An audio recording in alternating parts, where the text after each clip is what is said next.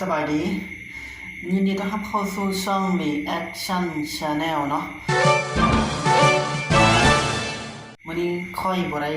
มา reaction เพลงนำนี้เนาะค่อยสิพามากินตำบักหุ่งแล้วก็ปิ้งปลาแซ่บกับข้าวเหนียวฮ้อนมาเด้อมากินกันเด้อ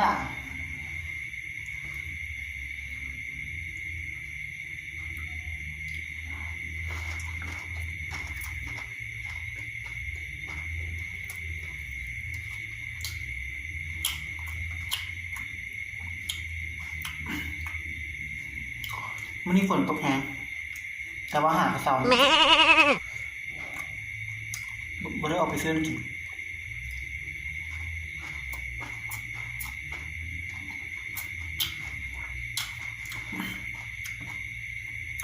ตำมะขั่วตำเองเลยเนาะตำเองกินเองแซ่บเอง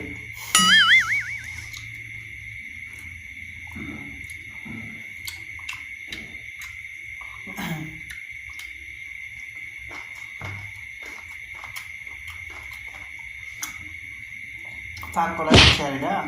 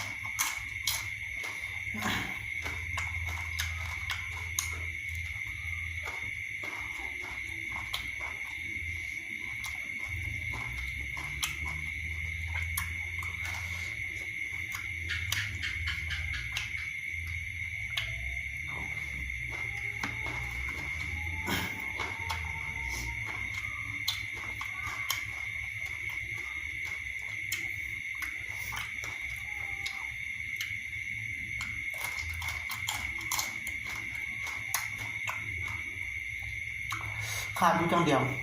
มีมือแต่งนะครับผักกับมีแต่ผักบ้ง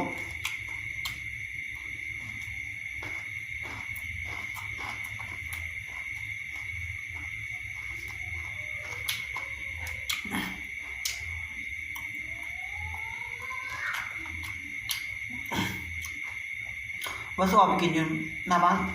ฝนตกเลยบ่ได้ออกไป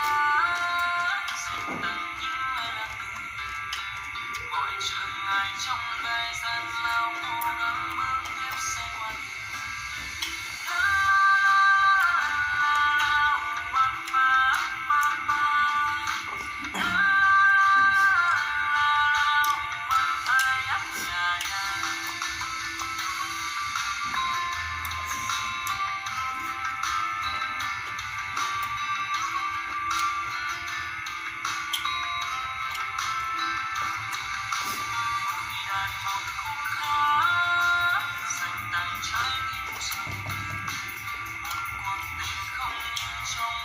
เหนียวฮ้อนกับตำมะทั่วกับปิ้งปลาแซ่บมันเข้ากันได้ดี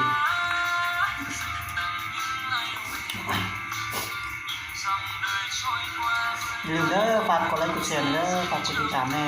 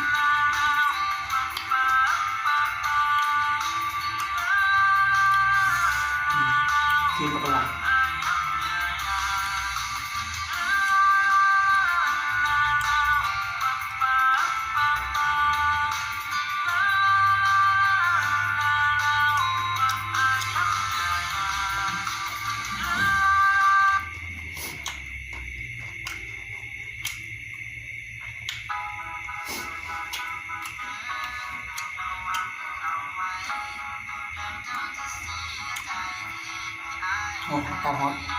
เดี๋ยวเราลมพัด